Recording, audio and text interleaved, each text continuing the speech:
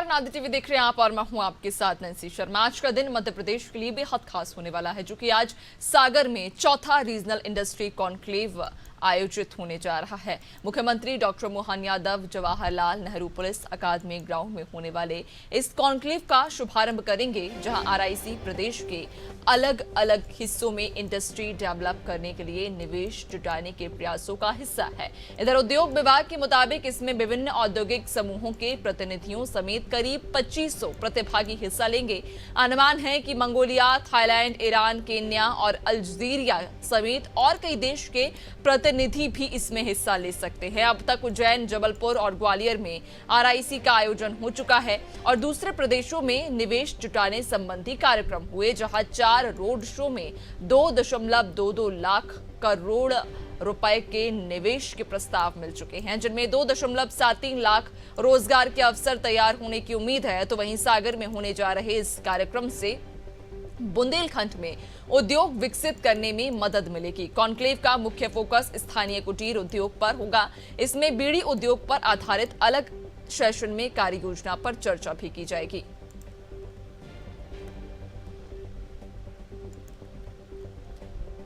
तो जैसा कि आज का दिन बेहद ही महत्वपूर्ण है, जहां आज चौथा रीजनल कॉन्क्लेव आयोजित होने वाला है और ऐसे में सागर में, चूंकि बुंदेलखंड में ये रीजनल कॉन्क्लेव आयोजित होने वाला है, तो वहीं सीधा सागर की ओर रुख कर लेंगे। हमारे साथ में ब्यूरो हेड ब्रजेश सर और editor in chief Bhatnagar sir हमारे साथ में जुड़ चुके हैं, सागर से ही हमारे साथ मौजूद हैं। ब्रजेश सर, चूंकि बुंदेलखंड को शुरुआत से ही कहीं ना कहीं एक पिछड़ेपन की दृष्टि से देखा जाता है, रोजगार के अभाव बुंदेलखंड में कहा जाता है कि काफी है।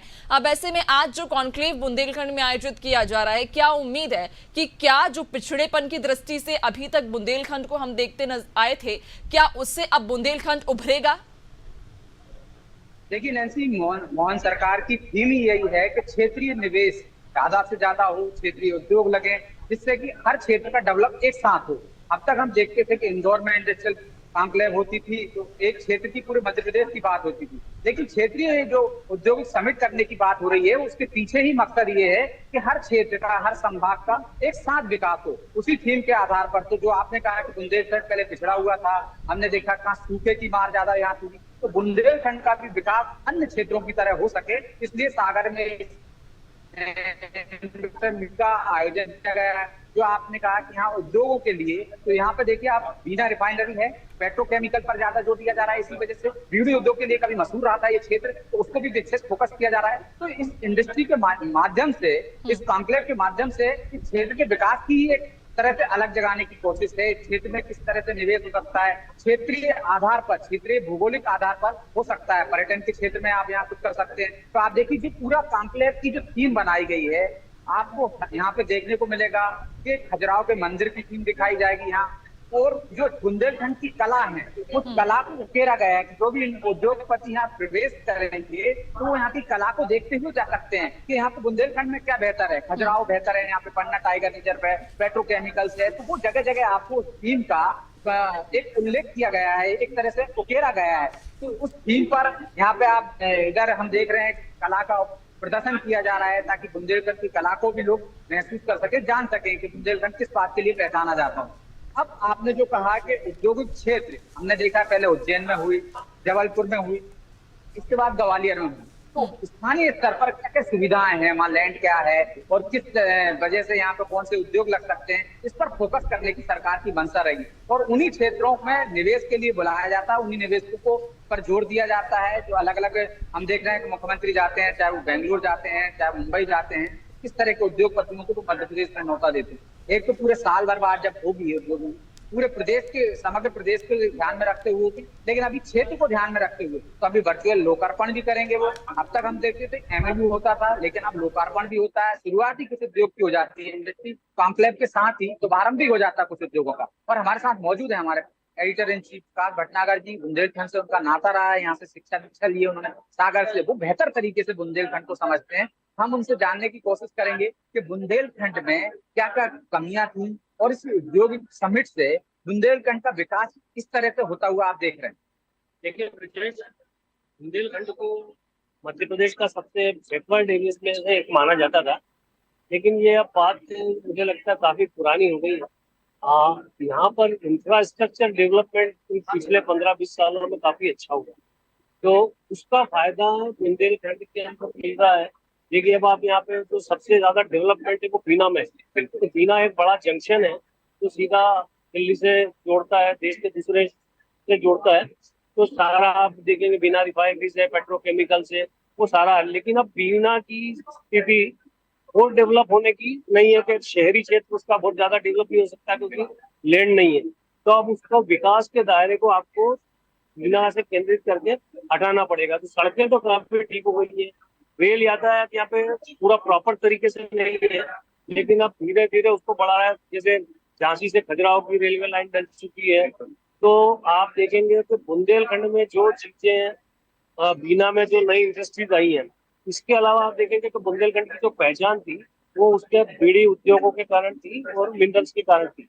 बीड़ी उद्योग सरकार की जो नीति है कि तंबाकू को हतोत्साहित करना, तो उसके कारण आप देखेंगे कि बीड़ी का जो यहाँ से पूरा शिफ्ट होके पश्चिम बंगाल में चला गया बीड़ी उद्योग। अब यहाँ पर बीड़ी उद्योग लगभग नहीं के बराबर है। लेकिन इस उद्योग समिट में उस पर फोकस करने की बात की गई है। देखिए अगर वो करेंगे तो उसका टैक्सेशन इतना ज्यादा है। दूसरी बात, बड़ी मुश्किल से इस तंबाकू को बीड़ी की पहचान से मुक्ति मिली है, नए क्षेत्र डेवलप हुए हैं। तो मुझे लगता है कि वो अगर बीड़ी की तरफ करेंगे तो उस बीड़ी शोषण का माध्यम थी।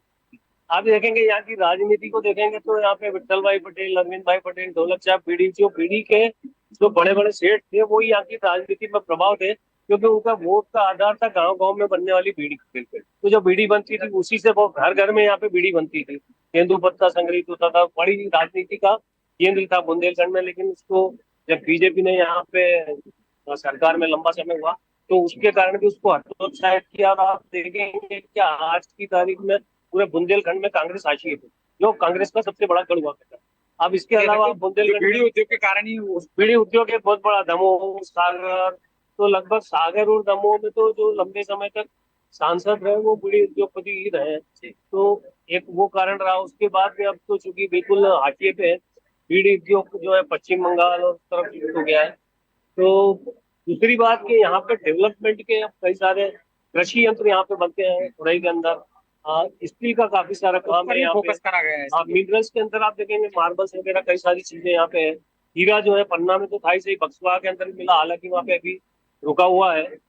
इसके अलावा पर्यटन के मामले में खजुराहो, ओरछा और पन्ना टाइगर रिजर्व है, तो वो भी है। तो मुझे लगता है कि यहाँ पे काफी संभावनाएं हैं और इस क्षेत्र का काफी ऐसा डेवलपमेंट होगा जिसमें सड़कों की सुविधाएं बहुत अच्छी है। तो आप एक प्रॉपर तरीके से, दूसरा कृषि के मामले में अब यहाँ पे सूखे के लिए पहचाना जाता है, अब यहाँ पे लिंक आने के बाद धीरे धीरे ये पिक्चर भी बदल गया।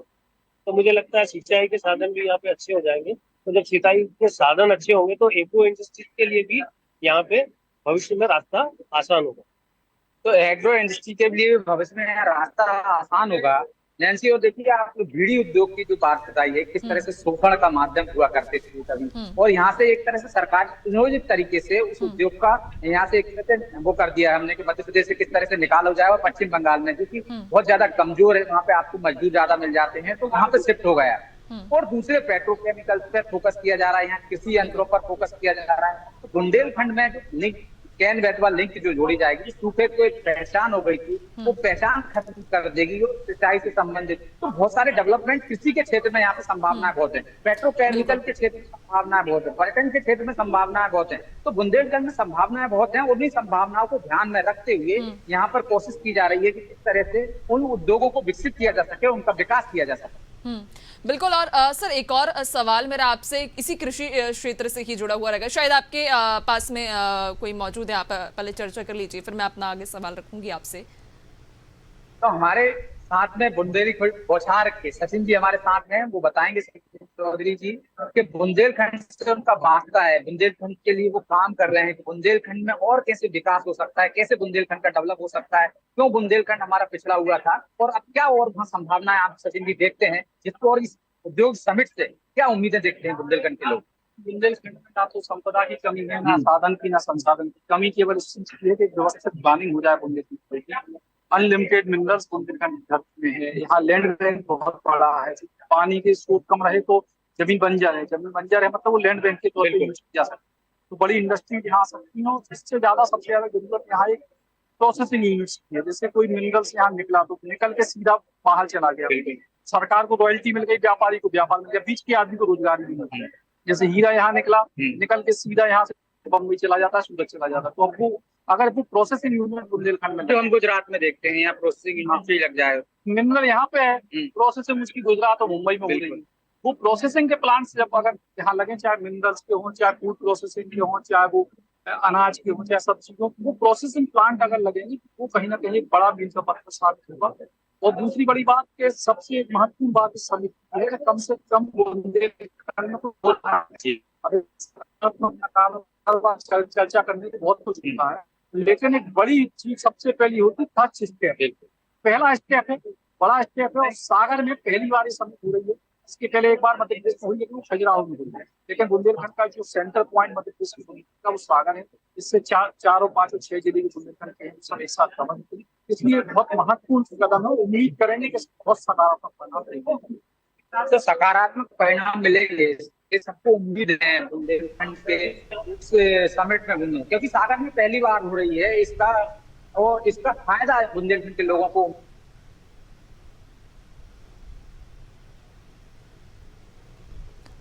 फिलहाल हमारा किन्हीं कारणों से संपर्क उनसे टूट चुका है। एक बार फिर हम संपर्क साधने की कोशिश करेंगे। ब्यूरो हेड ब्रजेश सर और editor in chief Bhatnagar sir हमारे साथ लगातार सागर से मौजूद हैं, जो कि तस्वीरें भी हम तक पहुंचा रहे हैं और पल पल का अपडेट भी हम तक पहुंचा रहे हैं कि इस समिट में क्या कुछ खास होने वाला है और इस समिट के बाद आखिर कितनी तस्वीर बुंदेलखंड की बदलेगी, क्या उम्मीद है, किस क्षेत्र में निवेश की उम्मीद है, कहां से डेलीगेट्स यहां पहुंच रहे हैं, कितने का निवेश हो सकता है। और इंतजार भी सभी को रहेगा इस समिट के बाद में जो निवेश रहेंगे कि कितना निवेश बुंदेलखंड को मिला है, कितने क्षेत्रों में निवेश मिला है और इसके साथ ही कितना रोजगार यहाँ पर बढ़ेगा। चूंकि एक वृहद स्तर पर यह समिट आयोजित किया जा रहा है और अगर डेलीगेट्स की बात करें तो डेलीगेट्स की भी पसंद सागर अब बढ़ती जा रही है। चूंकि अगर यहाँ बात रेल लाइन की करें तो जो रेल लाइन है मुंबई दिल्ली सूरत के लिए यहाँ से सीधी है, तो बीना जंक्शन होने से देश भर में कहीं भी रेल मार्ग से आना जाना किया जा सकता है। एक ये फायदा रहेगा। इसके अलावा सागर से 2 हाईवे NH44 और NH86 निकले हैं, जो कि भोपाल इंदौर होते हुए सीधे धुले से मुंबई और सूरत बंदरगाह तक सड़क मार्ग को जोड़ते हैं। इसी कारण से डेलीगेट्स की भी ये पहली पसंद बनी हुई है। तो देश के दिल में बम्पर निवेश की आज उम्मीद है। सागर बुंदेलखंड में ये निवेश आज कहा जा रहा है कि आएगा। कितना निवेश आएगा, कितने डेलीगेट्स को सागर भाएगा, ये उस समिट के खत्म होने के बाद स्पष्ट रूप से कहा जा सकता है। और फिलहाल इस बुलेटिन में इतना ही। बने रहिए नादी टीवी के साथ। नमस्कार।